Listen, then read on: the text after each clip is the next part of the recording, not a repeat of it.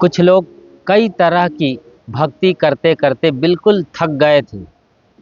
वो भक्ति करते थे कि घर में कोई नाती पोता हो जाए, मगर ऐसा हो ना सका। उनकी बहू कई सालों से बांझ है, सो अभी भी बांझ है। किसी को लगता था कि ये भक्ति करेंगे तो हमारे घर में सुख शांति और समृद्धि आएगी, मगर दरिद्रता ऐसी है कि पीछा छोड़ती ही नहीं। कितने ऐसे लोग उनमें थे, वो चाहते थे कि भक्ति कर रहे हैं, जहाँ बताया गया वहाँ गए, जैसी भक्ति बताई गई वैसी ही भक्ति की, मगर उनके घर में दुख ऐसा है कि विदा होने का नाम नहीं लेता। तमाम परेशानियों से जूझते हुए ये लोग जब बुरी तरीके से परेशान हो गए, थक गए, हार गए, तो आखिर में उन्हें पता चला कि काशी में साहिब बैठते हैं गंगा किनारे। जो उनके पास जाते हैं उनकी झोली कभी खाली नहीं जाती है। जो मांगते हैं मुरादें पूरी होती है। और अब इन लोगों को लगा कि हमें भी साहिब कबीर के दरबार में हाजिरी लगाना चाहिए। सो सारे लोग मिल कर के, जिनमें कई गांव के लोग शामिल थे, कबीर साहब जहां बैठ कर के सत्संग कर रहे थे वहां पहुंचे, सत्संग सुनने लगे। जब सब चले गए तब साहब के नज़दीक जाकर ये लोग बैठे और उनमें से एक ने कहा कि महाराज क्या करें, हम बिल्कुल निराश हैं, हताश हैं, परेशान हैं अपनी ज़िंदगी से। साहब ने कहा ऐसा क्यों? इतनी बढ़िया खूबसूरत धरती है, सूरज चांद सितारे निकल रहे हैं, ऑक्सीजन तुमको मुफ्त में मिल रहा है, जीवन ऊर्जा से भरा हुआ है, प्रकृति में किसी चीज़ की कमी नहीं है, फिर इतने निराश, इतने हताश और परेशान आखिर क्यों? ऐसा क्या हो गया है? उसने कहा गुरुजी कई सालों से हम भक्ति कर रहे हैं, न भक्ति छाजती है न फलती फूलती है, वैसे ही हालत ख़राब चल रही घर की। दूसरे ने कहा गुरुजी हमारे साथ भी ऐसा ही है, पति पियक्कड़ है, सो पीने से बाज नहीं आता, घर को गिरवी रखने के कगार पर आ गया है, हमें लगता है कहीं वो कलयुग का युधिष्ठिर ना निकल जाए। तीसरे ने कहा गुरुजी आपकी बानी हम सुनते हैं, भक्ति प्यारी राम की, जैसी प्यारी आग, सारा पट्टन जरी मुआ, बहुरी ले आवाए मांग। हमने पूरी भक्ति की, जैसे आपने बताया कि गांव में आग भी लग जाए, कोई मोहल्ला जल जाए, मगर बचे हुए लोग फिर भी भोजन बनाने के लिए दूसरे घर से आग मांग कर लाते हैं। ऐसी भक्ति होनी चाहिए राम की। हम वो कर रहे हैं, अयोध्या गए, हनुमानगढ़ ही गए, जहाँ जिसने बताया वो सब किया है, लेकिन अभी तक हमारे घर में सुख शांति और समृद्धि दूर की कौड़ी है। हमने खूब भक्ति की है। चौथे ने कहा साहब जी आप ये सत्संग को मैंने दूसरे के मुंह से सुना, उन्होंने मुझे बताया कबीरन भक्ति बिगाड़िया, कंकड़ पत्थर धोए, अंतर में विष राखी के अमृत डारिन खोए। ये आपकी वाणी वो बता रहे थे कि लोगों ने कंकड़ पत्थर को धो करके, शालिग्राम जैसे पत्थर की मूर्तियों को धोकर नहला करके भक्ति का स्वरूप ही बिगाड़ दिया है। अंतर में विष राख के, ये समझ में नहीं आता है, अमृत को डाल रहे हैं हम, ये क्या है गुरुजी? कोई समझ में नहीं आता है कि कैसे भक्ति करें। तो एक और आदमी बैठा था बूढ़ा से, उन्होंने कहा अरब खरबले द्रव्य है, उदय अस्तलों राज, भक्ति महात्म ना तुले, ये सब कौने काज। आपकी ये बानी तो हमको बड़ी पसंद आती है। अरब खरबले द्रव्य है, उदय अस्तलों राज, मतलब अकूत संपत्ति हो, समृद्धि हो, पूरा डॉलर भरा हो घर के अंदर, उदय से अस्त तक, मतलब हर दिशा में ही हमारा राज चलता हो, सब जगह हमारा झंडा उड़ रहा हो, सब जगह हमारा झंडा लहरा रहा हो, जैसे विक्टोरिया की सभी दिशाओं में, 7 समंदरों के पार सब देशों में उनका झंडा गड़ा हुआ था। लेकिन आप ये क्यों कहते हैं कि भक्ति इसके सामने बिल्कुल टिक नहीं सकती है, बल्कि भक्ति बिल्कुल इससे दूसरी चीज है। तो भक्ति का महात्म्य क्या है गुरुजी, आज भी हमारे समझ से परे हैं। साहब ने सबकी बातों को बड़े गौर से सुना और बड़े प्रेम से सबको मुस्कुरा कर देखते हुए कबीर साहब ने कहा कि मैं 2-3 बातें बताने जा रहा हूँ, उनको गांठ बांध लेना और अपने जीवन आचरण में उतार लेना। ये ऐसी रामबाण दवाई है कि आपके सारे रोगों को देखते देखते, चुटकी बजाते बजाते खत्म कर देने वाला है। इसलिए बहुत गंभीरता से सुनो, क्योंकि मैं बड़ी सरलता से आपकी बोली भाषा में बता रहा हूँ। और साहब ने एक साखी कहा, जिन्हें गोस्वामी तुलसीदास जी दोहा कहते हैं, सदगुरु कबीर साहब उन्हें साखी कहते हैं। ये भी 4 चौपाइयों की है और दोहा भी 4 चौपाइयों की, मतलब 4 अर्धालियाँ। आप समझिए, साखी मतलब गवाह। साखी का मूल अर्थ होता है साक्षी। साक्षी मतलब गवाह। तो साहब ने कहा कि ये मेरी बातें, ये जो साखी है 2 लाइन की, ये यदि उतार लेते हो जीवन में तो ऐसा प्रमाण और गवाह बन जाएगा कि जीवन दिव्य और भव्य हो जाएगा। और सचमुच में तब भक्ति फलेगी फूलेगी और छाजेगी भी। मतलब लाभकारी भक्ति कैसे करना है वो मैं बता रहा हूँ। इसलिए लोग बड़े चौकन्ने हो गए और बिल्कुल टकटकी लगाकर सुनने लगे। तब तक सैकड़ों लोग आ चुके थे और महफिल सज चुकी थी। साहब ने फिर अपनी बात बड़ी सरलता से मगर गंभीरता से कहना शुरू किया और कहा, कामी क्रोधी लालची इनसे न भक्ति होए, भक्ति करे कोई सूरमा जाति वरण कुल खोए। कामी क्रोधी लालची, इनसे भक्ति न होए। इतना तो लोगों के समझ में आ रहा था मोटे तौर पर, मगर आखिरी लाइन नीचे वाली, भक्ति करे कोई सूरमा जाति वरण कुल खोए, ये लाइन अब भी उनके सर के ऊपर से निकल गई। जैसे कि पहले की साखी और दोहों में से शुरुआती तो कुछ समझ में आती, लेकिन बाकी पीछे वाला हिस्सा तब भी नहीं समझ में आता था। तो साहब ने बताया, कामी क्रोधी लालची, जो लोग कामी हैं, काम वासना में पड़े हैं, शरीर सुख को ही प्रधानता देते हैं और क्रोधी हैं, बात बात में उबल जाते हैं, लालची हैं, लोभ में इतने गिरे हुए हैं कि अपनी इज्जत तक बेच देते हैं, इनसे भक्ति नहीं होगी। लोग एक दूसरे का मुंह ताकने लगे कि हम किस कैटेगरी में आ रहे हैं, कामी हैं, क्रोधी हैं कि लालची। ये कुल मिलाकर के 3 कैटेगरी होती है पूरी दुनिया में लोगों की। 3 गुण हैं, सत, रज और तम, और तीनों में यही आबद्ध है। कोई कामी है, कोई लोभी है, कोई लालची है।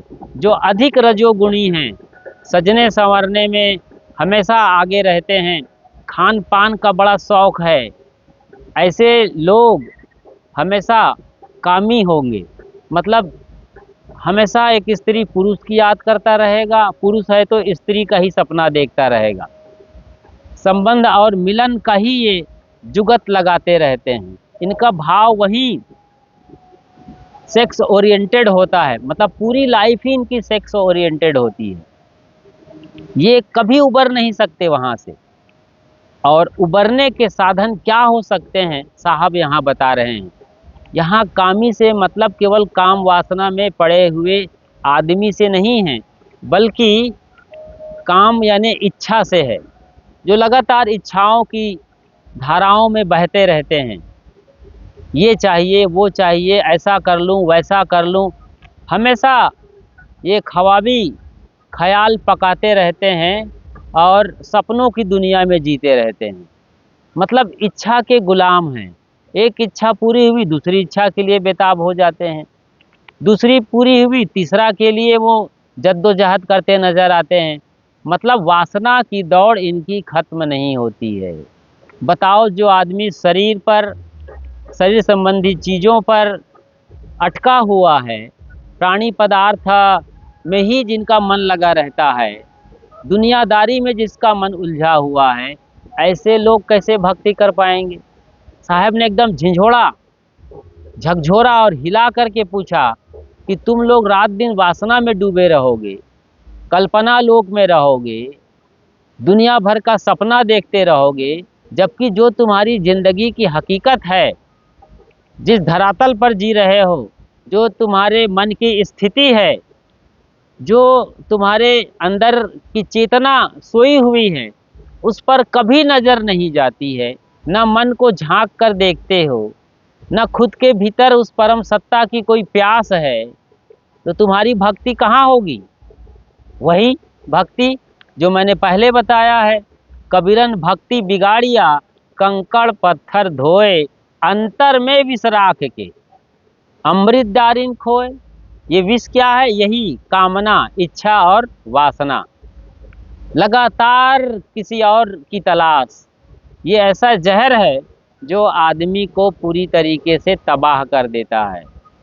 कामी के बारे में आप अच्छी तरीके से जानते हैं। जैसे कुत्ता अंधा भी हो गया हो, बिल्कुल ना के बराबर दिख रहा हो, मतलब 90% काना कुत्ता, जिसके शरीर में कोढ़ है, टांग टूटी हुई है, कान दोनों लथर गए हैं, कट गए हैं, पूंछ भी नहीं के बराबर हैं, गल गए हैं, ऐसा सड़ा गला कुत्ता भी कार्तिक महीने में कुतिया के पीछे दीवाना बना घूमता रहता है। लड़ जाता है वो अन्य कुत्तों से, अपने को सम्राट समझता है।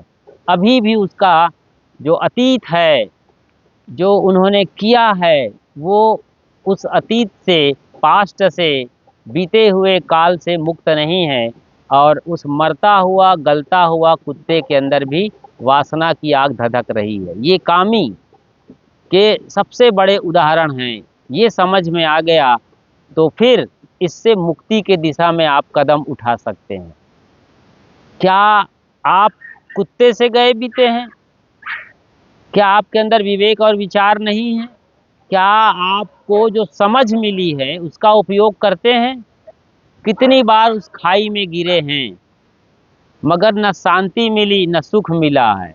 पल भर को जब झड़ रहे हो तो मन ठहर जाता है और हल्की सी शांति मालूम पड़ती है, वो भी मन ठहर जाने की वजह से। ये भोगी जीव कब समझेगा कि वो झड़ रहा है, मन ठहर रहा है कुछ सेकंड पल का, और अत्यंत तृप्तिदायक स्थिति मालूम पड़ती है। वो सुख वहाँ नहीं है सेक्स सेंटर में ना, वो है तुम्हारे मन के ठहराव में। यानी काम केंद्र से वो ऊर्जा, वो शांति नहीं झर रही है, बल्कि तुम्हारे मन के ठहरने से तुम्हारी चेतना की एक हल्की सी ज्वाला, एक लौ फूटती है और तुम्हें कुछ एक अलग लेवल का अनुभव होता है। एक ऊर्जा से, एक आनंद से, शांति से भरने लगते हो। ये कुछ ऐसा ही है जैसे एक कुत्ता, ये कुछ ऐसा ही है जैसे एक कुत्ता हड्डी पर बुरी तरीके से लगा हुआ हो और हर एंगल से उसे चबा रहा हो। चबाते चबाते जब मसूड़ा कट जाता है और खून की धारा उसके मसूड़े से निकलती है, तो उसे मालूम पड़ता है कि हड्डी में से खून आ रहा है। कुत्ते को मालूम है कि ये किसी जानवर की हड्डी है, उसमें कहीं ना कहीं मांस का कुछ हिस्सा चिपका है या खुशबू बरकरार है, इसीलिए वो हड्डी पर टूट पड़ता है। लेकिन जबड़े से उसका ही खून निकल रहा है और लगता है कि खून हड्डी से आ रहा है। यही धोखा आदमी खा रहा है। मतलब कुत्ते से भी गया गुजरा। कुत्ते के पास तो विवेक है न विचार है, क्योंकि उनके पास विकसित मन नहीं है, वो प्रकृति के अधीन है। प्रकृति के वेग उठते ही वो अपना क्रियाकर्म करता है। लेकिन आप आदमी तो समझदार हो, विवेकी हो, पारखी हो, निर्णय करने की क्षमता है, सत्य को ठहर कर रुक कर देखने की इतनी बड़ी ताकत मिली हुई है जो पशु और परिंदे में कहीं नहीं नजर आती है। प्रकृति के सर्वश्रेष्ठ सिरमौर प्राणी कहलाते हो, लेकिन बुद्धि का दिवालिया ऐसा निकला हुआ है कि हड्डी से जैसे खून निकलता है, तुम्हें लगता है कि उसे उस काम केंद्र से ही सुख और शांति झलक रही है।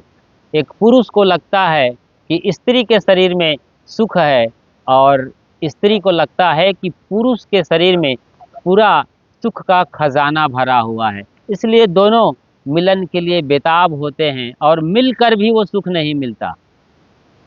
पिछले 50 साल से आप उस क्रिया को अंजाम दे रहे हैं, लेकिन वही तड़फन, वही उलझन, वही किरकिरापन, वही लड़ाई, और वही हारा हुआ जुआरी की तरीके से निढाल चेहरा, हताशा, निराशा। लोग साहब को सुनते सुनते एकदम सन्नाटे में पहुंच गए कि कितनी खुल करके साहब बात बता रहे हैं और कितनी सच्चाई है, और हम कहाँ पामर जीव हो करके गंदी नाली में पड़े हुए बिलबिला रहे हैं। जो ऊर्जा मिलती है शरीर से, जो हम खाते हैं उसकी ऊर्जा बनती है। मतलब जो आप भोजन करते हो वो पचता है, फिर उससे रक्त, मेद, मांस, मज्जा और आखिर में वीर्य बनता है, रज बनता है, ताकत, एनर्जी के लिए। लेकिन उसे आप गंदी नाली में बहा देते हो। वो ऊर्जा यदि नीचे गिरे, शरीर से बाहर जाए, तो दूसरा जन्म लेने की संभावना बढ़ जाती है। मतलब कोई दूसरा आपका बच्चा जन्म ले सकता है। लेकिन वही ऊर्जा ऊर्ध्वरेतस हो जाए, ऊर्ध्वगमन करा लो उसका ध्यान से, साधना से, कुंडलिनी जागरण से, एक सच्चे सदगुरु के पास बैठ करके समाधि तक की यात्रा करो, तो उससे सहस्त्रसार खुल जाएगा, स्वयं का जन्म होगा। बाहर जाने से दूसरा कोई जन्म लेगा, खुद के अंदर प्रवेश करने से खुद का जन्म होगा। ऐसे ही क्रोधी की बात साहब ने समझाया कि जो लोग क्रोधी हैं वो रात दिन उबलते रहते हैं। जैसे 100 डिग्री पर पानी खौलता है और कोई 1000, 16, 1500 डिग्री पर लोहा भाप बन जाता है, ठीक ऐसे ही इन लोगों की दशा और दुर्दशा होती है। मतलब इनकी नाक की नोक पर क्रोध बैठा हुआ होता है। जरा सी प्रतिकूलता हुई और ये भभक पड़ते हैं। जैसे दिया सलाई लगाते हैं बच्चे दिवाली के दिन फटाके की रस्सी पर, और इधर रस्सी में आग लगी और फटाका धीरे से सुलगना शुरू क्या हुआ, जस्ट कुछ देर बाद धड़ाम से और भड़ाम से फूट जाता है। लोग ऐसे ही होते हैं। जरा सी उनकी विपरीत बात आई, उनके मन के अनुकूल नहीं हुआ, और जैसे कोई ब्लास्ट होने के लिए तैयार ही बैठे हुए। क्रोधी, क्रोध का मतलब ही होता है कि गलती किसी और की है, खुद को सजा देना। किसी के मन में कुछ आया, उसने बोल दिया, वो उनकी गलती है, उनकी गंदगी है, मन का भड़ास है, उसने निकाल दिया आपके सामने, और आपने जब उसे ले लिया, स्वीकार कर लिया, तो फिर आपके अंदर एक बड़ा भयंकर विस्फोट होता है जो क्रोध के तरीके से बाहर निकलता है। आप अंट संट बकने लगते हो, आपके अंग फड़कने लगते हैं, फड़फड़ाने लगते हैं, सांस तेज हो जाती है, नाक भी फूल जाता है, और चेहरा पूरा राक्षस की तरीके से हो जाता है, मुंह खुला का खुला रह जाता है। और जो डंडा मिल जाए उससे हाथ पकड़ना चाहता है, पैर भागना चाहता है, मारने के लिए, पीटने के लिए, काटने के लिए, शूट करने के लिए। ये क्रोध आपको कहीं का नहीं छोड़ता है। आप आउट ऑफ कंट्रोल हो जाते हैं। बताओ, आप भक्ति करेंगे, काम वासना और इच्छा वासना में डूबे हुए हैं, क्रोध में आउट ऑफ कंट्रोल हैं, आपसे भक्ति कैसे होगी? काम क्रोध में पड़ करके आदमी अहंकार में जीता है, और अहंकार की वजह से ही कबीरन भक्ति बिगाड़िया कंकड़ पत्थर धोए। मतलब मंदिर में जाकर, कोई मस्जिद में जाकर, कोई चर्च में और कोई गुरुद्वारा में जाकर के कंकड़ पत्थर की ही पूजा कर रहे हैं। जहाँ कोई जान है न प्राण, वहाँ वो रगड़ रगड़ के शालिग्राम को नहला रहे हैं। कोई पश्चिम दिशा में दीवाल पर पुकारे जा रहा है, कोई सलीब पर लटके क्राइस्ट के चरणों में आंसू बहा रहा है, प्रेयर कर रहा है। और कोई गुरु ग्रंथ साहब के किताब जो लपेटे गए हैं एक मखमली चादर से, उस पर चंवर डोला रहा है, उसे हवा दे रहा है और भोग और मोक्ष मांग रहा है। ये भक्ति आज बनी हुई है। भक्ति को आदमी ने कर्मकांड बना लिया है। मतलब कुछ करेंगे तो कुछ हो जाएगा। मंदिर में जा कर के अगरबत्ती जला दिया और सोचता है कि इससे मुक्ति मिल जाएगी, मतलब सारा पाप धुल जाएगा। जिंदगी भर पाप कर और 2 अगरबत्ती में साफ कर। बताइए, आपने पाप किया है, गलत किया है, कर्म खोटा किया है, तो ईश्वर के भजन गाने से क्या फ़ायदा? किया परहेज ना तो दवा खाने से क्या फ़ायदा? कंकड़ पत्थर या जड़ मूर्तियों को, जड़ पिंडियों को नहलाने से, धुलाने से आपके मन में जो मलिनता है, अंतर में विष राख के अमृत डारिन खोए। अंदर में तो काम वासना है, क्रोध है, लालच है, लोभी बने हुए हो, लालची आदमी हो, और मंदिर में जाकर के सिर्फ हाथ जोड़ लेने से, प्रार्थना कर लेने से, मिन्नत मांग लेने से, 1.25 किलो लड्डू चढ़ा लेने से कोई बजरंगबली खुश हो जाएगा और आपके बेटे को पास कर देगा? एक लड़का बजरंगबली के मंदिर में पहुंचा। उस दिन उसका इंग्लिश का एग्ज़ाम देना था, इंग्लिश का पेपर था, और जाके प्रार्थना करने लगा कि बजरंगबली आप महाबली हो, पराक्रमी हो, आपसे बलशाली कोई नहीं है, बुद्धिशाली भी हो, इसमें भी कोई दो राय नहीं है। मेरा आज इंग्लिश का पेपर है, आज मेरे इंग्लिश पेपर में मुझे मदद करिए, आशीर्वाद दीजिए। बजरंगबली प्रकट हुए और कहा, बेटा संस्कृत मुझे आती है, संस्कृत की बात होती तो मैं ज़रूर मदद करता, लेकिन इंग्लिश तो मुझे भी नहीं आती है। लो भला, ऐसी तो भक्ति चल रही है आपकी। मतलब अपने ही आरोपण को आप भगवान के जरिए पूरा करना चाहते हो। भगवान को आपने खिलौना बना रखा है कि 1.25 किलो लड्डू का प्रसाद का घूस दे दिया जाए और भगवान प्रसन्न हो जाएगा और बहुमंगा वरदान मिल जाएगा। बताइए, घूसखोरी को आपने मंदिर, देवालय और तीर्थ स्थान में भी पहुंचा दिया है, क्योंकि ये पुरानी आदत है आपकी। तो भगवान को भी आपने घूसखोर बना दिया है। ये लालची का स्वभाव नहीं है। लालच आप घर में करते होंगे, बात समझ में आती है। बच्चों में लालचपन स्वाभाविक होता है, खाने पीने के लिए जल्दी ललचाते हैं। जरा सा बाहर निकले, दुकान देखे नहीं कि बच्चा रोना शुरू कर देता है।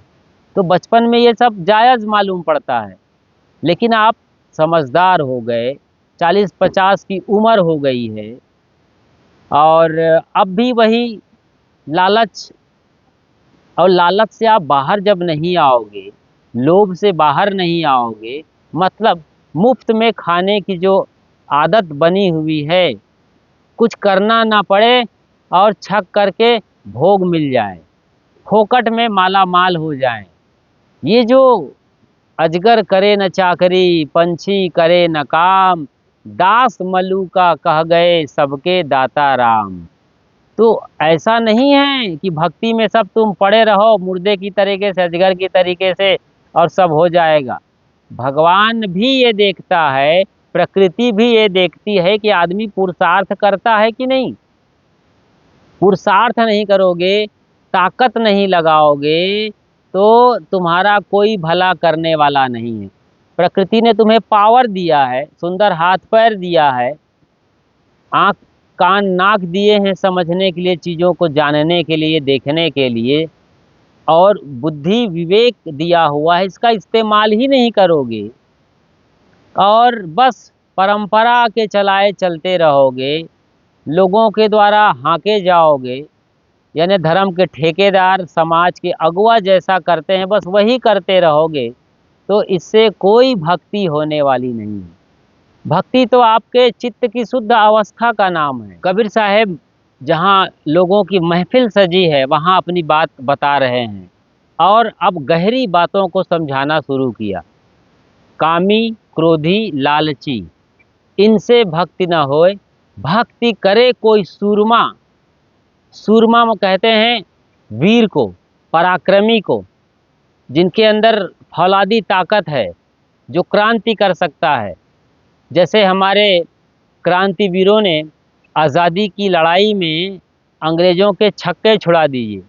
आप महारानी लक्ष्मीबाई को अच्छी तरीके से जानते हैं, जो अपने बेटे को चादर से पीछे बांधकर पीठ पर अपने घोड़े पर सवार होकर गोरे अंग्रेज़ों के छक्के नहीं छुड़ा दिए, कितनों के गर्दन काट दिया उन्होंने। ये पराक्रम, इससे भी बड़ा पराक्रम चाहिए जो हमारे सैनिक आज बॉर्डर पर डटे हुए हैं। ग्लेशियर में, सियाचिन ग्लेशियर में, लेह लद्दाख में -14 डिग्री 16 डिग्री तक के माइनस डिग्री पर वो ठंड से मुकाबला करते हुए पाकिस्तान और चाइना वालों का मुकाबला कर रहे हैं। तो इससे भी बड़ा पराक्रम चाहिए, सूरमा होना चाहिए आपको भक्ति करने के लिए। तुम काम वासना को नहीं देख पा रहे हो, समझ नहीं पा रहे हो, उससे बाहर नहीं निकल पा रहे हो, रात दिन उसी में पच रहे हो, तो तुम्हारे जैसा नपुंसक आदमी, इतना डरपोक आदमी, इतना भयभीत आदमी क्या इस दलदल से बाहर निकल पाएगा? और स्वयं भीतर परमात्मा जो बैठा है परम सत्ता के रूप में, जो तुम्हारी चेतना है, उसको कैसे जान पाओगे? जब हमेशा बहिर्वासु बने हो, बहिर्भोगी बने हो, तो आत्मयोगी कैसे बनोगे? स्वयं के परमात्मा से कैसे मुलाकात होगी? कैसे उसकी भक्ति में आओगे? सूरमा बनना पड़ेगा, पराक्रमी बनना पड़ेगा। बैठो आंख कान बंद करके ऐसे ध्यान में और स्वयं के विचारों को देखो कि मन कहाँ बह रहा है, क्या क्या सोच रहा है। जब आप पूरी तटस्थता के साथ रीढ़ सीधी गर्दन सीधी करके बैठते हो, आलथी पालथी माकर, और आँखों को बंद करके स्वयं के विचारों में जब तटस्थता के साथ दिग्दर्शन करते हो, तो सारे विचार बारात और जुलूस के भांति मालूम पड़ते हैं। और ये भीड़ धीरे धीरे छटना शुरू करती है, छटती चली जाती है। एक समय ऐसा आता है कि कोई विचार नहीं है, कोई जुलूस और बारात नहीं है विचारों का, एकदम शून्य बटे सन्नाटा है और मन चुप हो गया है, आनंद के झरने फूट रहे हैं। यही तो परमात्मा से मिलन है, यही सच्ची भक्ति है। इसके लिए सूरमा बनना है, मन को देखना है। मन जो दिन भर भागता है बाजार में, किसी और से मिलने की बेताबी जो रहती है, कुछ पा लेने की तमन्ना है, बटोरने की पुरानी आदत है, इन सब को बैठकर देखना है। ये सच्ची भक्ति है। भक्ति का मतलब मन की कोमलता, मन को साफ साफ देखने की कला का नाम भक्ति है। स्वस्वरूप अनुसंधानम भक्तिरिति भिद्यते। स्वामी शंकराचार्य विवेक चूड़ामणि में कहते हैं, आदि शंकराचार्य ने बोला है, 6ठी शताब्दी में ये बोल गए थे। उन्होंने कहा है, स्वस्वरूप अनुसंधानम भक्तिरिति भिद्यते। स्वयं के स्वरूप का अनुसंधान करना ही भक्ति है। स्वयं का स्वरूप वही आपकी चेतना, उसी का अनुसंधान करो ऐसे ही ध्यान में बैठकर। यही सच्ची भक्ति है। भक्ति मतलब बाहर की दुनिया से मुड़ करके स्वयं में निमग्न होना, विभक्त हो जाना, बाहर से कट जाना और स्वयं के अंदर प्रवेश करना। स्वयं गहन अंधेरे में जो दिया जल रहा है परमात्मा का, उसका दीदार करना। भक्ति करे कोई सूरमा, जाति वर्ण कुल खोए। तुम्हारी तो जाति का अहंकार है, वर्ण का अहंकार है कि हम सवर्ण हैं, ब्राह्मण हैं, क्षत्रिय हैं, वैश्य हैं, ऊंचे कुल और पद पैसा प्रतिष्ठा में जन्म लिए हैं। बस यही रोड़ा है तुम्हारा। अहंकार से बड़ा कोई रोड़ा नहीं है दुनिया में अपने से मुलाकात का, परमात्मा से मिलन का, आत्म साक्षात्कार का। ये जो अहम वृत्ति है, ये जो झूठा मैं है, जो हर जगह मैं और मेरा करता रहता है, मेरी पत्नी, मेरी दौलत, मेरी गाड़ी, मेरी बिल्डिंग, मैं ऐसा, मैं वैसा, ये जो अहंकार है, झूठा अहंकार, इसी ने आपको अब तक कंगाल बना रखा है परमात्मा से मिलने से। अभी तक इसीलिए वंचित हो, इसीलिए दर दर की भिखारी हो। और लोगों ने तुम्हें सस्ता नुस्खा दे दिया कि मंदिर जाओ और नाक रगड़ो और बाहर आओ कहीं तो आसमान को ताको, वहीं पुकारो। और तुमने ये सस्ता सौदा सीख लिया है और मन में तो जहर भरा हुआ है। इसीलिए भक्ति महात्म ना तुले ई सब कौने काज। तुम्हारी सारी हैकड़ी निकल जाती है, सारी संपत्ति कचरा हो जाती है, सारा जो तुम्हारा कमाया हुआ खजाना है वो कौड़ी भर भी नहीं है भक्ति के सामने। इसीलिए साहब कहते हैं कि आग भी लग जाए फिर भी, आज से 600 बरस पहले की बात है, जब गांव में आग लग जाती थी, घर जल जाता था, तो तब गैस सिलेंडर भी नहीं था, लाइटर भी नहीं था, माचिस की तीली भी नहीं थी। तो आग दूसरे के यहाँ से फिर से मांगा जाता था कि अब रोटी बनाना है, भोजन बनाना है। वो कंडा में आग लेके आते थे, कंडा लाते लाते उस आग से, कोयले की राख से या कोयले की आग से कंडा सिपट जाता था, मतलब सुलगने लगता था, और उसी से फिर चूल्हा में लगा करके लकड़ियाँ और कंडा मिला करके भोजन बनाया जाता। तो इतनी प्यारी आपकी राम यानी स्वयं आत्मा की भक्ति होनी चाहिए, तब जाकर के सूरमा बन पाओगे और साक्षात्कार कर पाओगे। तो जाति का अहंकार त्याग करो, कुल मर्यादा से बाहर निकलो। जैसे कि मीराबाई निकल के आई थी और मीराबाई फिर नाचने लगी मस्त मगन होकर के, पायो जी मैंने राम रतन धन पायो, वस्तु अमौलिक दी मेरे सतगुरु, कृपा कर अपनायो, पायो जी मैंने राम रतन धन पायो। राम रतन धन ये सबसे बड़ा खजाना है, इसके सामने बिल गेट्स का वो सारा डॉलर 2 कौड़ी का है, एलन मस्क का भी यहाँ फीके मालूम पड़ेंगे राम रतन में। जी हाँ, ये आत्म धन जेहि ठौर है, बचन कबीर उपदेश। साहेब उसी का उपदेश करते हैं और सब लोग सुनने लगे, क्योंकि जाति वर्ण कुल को खोकर ही भक्ति में डूबा जा सकता है।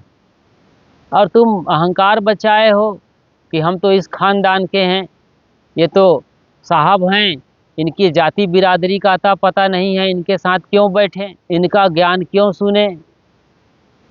साहब ने कहा है, याद है कि नहीं, जाति न पूछो साधु की, पूछ लीजिए ज्ञान, मोल करो तलवार की, पड़ी रहन दो म्यान। और तुम खोल कहीं मोल लगा रखे हो म्यान का, साबुन के रैपर को संभाल रहे हो, साबुन को जैसे डस्टबिन में फेंक रहे हो, यही हालत है। जाति पूछते हो साधु की, ज्ञान पूछो अभी और यही मुक्ति का मार्ग जान लो। बैठो और अपना आखिरी सवाल पूछ लो कि मुक्ति कैसे मिलेगी। मुक्ति तो बस आपका स्वभाव है, आशा छोड़ के होए निराशा, कहें ही कबीर तब देख तमाशा। आशा छोड़ो और निराश हो जाओ, उदास हो जाओ, मतलब उदासीनवत आसीन हो। एक वैराग्य वृत्ति में आओ, त्याग भाग में आओ, वैराग्य वृत्ति में आओ और त्याग भाव में जियो। अभी यहीं और अभी यहीं मुक्ति है। मुक्ति थोड़ी कोई आसमान में है कि सतलोक में है कि स्वर्गलोक में है, विष्णु लोक में है कि शिवलोक में, नहीं, अभी और यहीं है। अपनी कामनाओं को नग्न आँखों से देखना शुरू करो, बिल्कुल बिना किसी फिल्टर के, बिना कैंची चलाए, जैसे तुम हो। अपनी नग्नता को जो आदमी देख लेता है पूरा 100%, उसे बोध होता है कि ये मैं नहीं हूँ, न मैं शरीर हूँ, न इंद्रिय हूँ, न कामना हूँ, न वासना हूँ, न दुनिया, न बाजार, न खजाना, न मोबाइल, न बैंक बैलेंस, और न ही ये कोई संसार का कुछ भी। मैं इन सब को देखने वाला, जानने वाला स्वयं मनता, बोद्धा और दृष्टा हूँ। ये बोध जिस दिन उदय होगा उसी दिन मुक्ति की लकीर साफ साफ दिखाई देगी और मुक्ति बिल्कुल सामने खड़ी हुई होगी। वही परम सत्ता से मिलन है, आत्मा साक्षात्कार है। क्रोध को देख लो, आग धधक रही है भीतर। एकदम स्पष्ट रूप से देखो कि कैसे आग भड़कती है, क्रोधाग्नि, कैसे अंग फड़कते हैं, कैसे दिमाग आउट ऑफ कंट्रोल होता है और मैं कैसे गाली बकना शुरू करता हूँ। इसे साफ साफ देखो। खुद को नहीं देख सकते तो दूसरों को देखो जो तैयार हो रहा है आग में जलने के लिए, भड़कने के लिए, बकने के लिए। देख लो उसको। और थोड़ी देर बाद कब तक वो क्रोध में जलता रहेगा? कुछ सेकंड, कुछ मिनट। कोई दिन भर थोड़ी क्रोध में जलता रहता है, न कोई वासना में डूबा रहेगा। ये तो कुछ पल, 2 पल की कहानी है। लेकिन शांति में, आनंद में, सुख में हमेशा 24 घंटे जी सकते हैं आप। जिंदगी भर आनंद पूर्वक जी सकते हैं। इसी के लिए जन्म मिला हुआ है। लालच, चोरी, बदमाशी, छीना झपटी कब तक चलेगा? कब तक जियोगे मुफ्त के डाका डाल करके? मुफ्त की रोटी कब तक खाओगे? जब कर्म का थपेड़ा पड़ेगा, सलाखों के पीछे जाओगे, सड़ोगे नरक में, तब होश आएगा कि हमने बड़ी गलती कर दी। बेशकीमती जिंदगी को कौड़ी के मोल बदल दिया। जहां हमें हीरे से भी अमूल्य रत्न मिला था, राम रतन, आत्म धन, हमने गंवा दिया। इसलिए अभी भी मौका है, कुछ नहीं बिगड़ा है। और सदगुरु कबीर ने बड़े प्रेम से पुचकार कर सबको समझाया कि उठो, जागो और उस परम सत्ता को हासिल करने के लिए कमर कस लो और तब तक न रुको जब तक न वो मिल जाए। ऐसा सूरमा, सूरवीर, पराक्रमी बनो और हर तरह के मन, इंद्रियों और शरीर, संसार के बंधन से बाहर निकलो।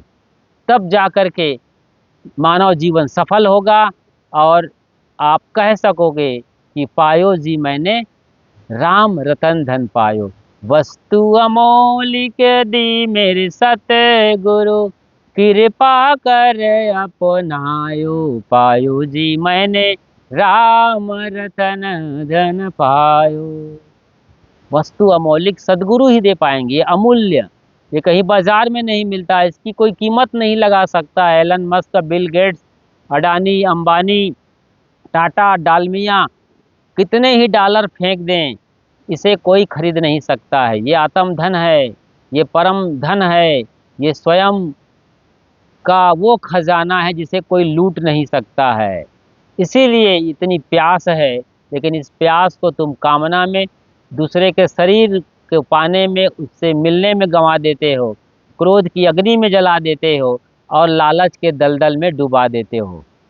ऐसा जब सदगुरु ने समझाया तो सबने सदगुरु के चरणों में अपना दंडवत प्रणाम बंदगी करते हुए कहा कि गुरुदेव, आपकी एक एक बातों को हम याद रखेंगे और याद ही नहीं रखेंगे, ऐसा अब जिएंगे, नियम और संयम करेंगे, स्वयं को देखेंगे, त्याग मार्ग की ओर चलेंगे, साक्षी होकर के जिएंगे, सुबह शाम ध्यान भी करेंगे और गहराई में सीखने के लिए आपके दरबार में हाजिरी लगाते रहेंगे।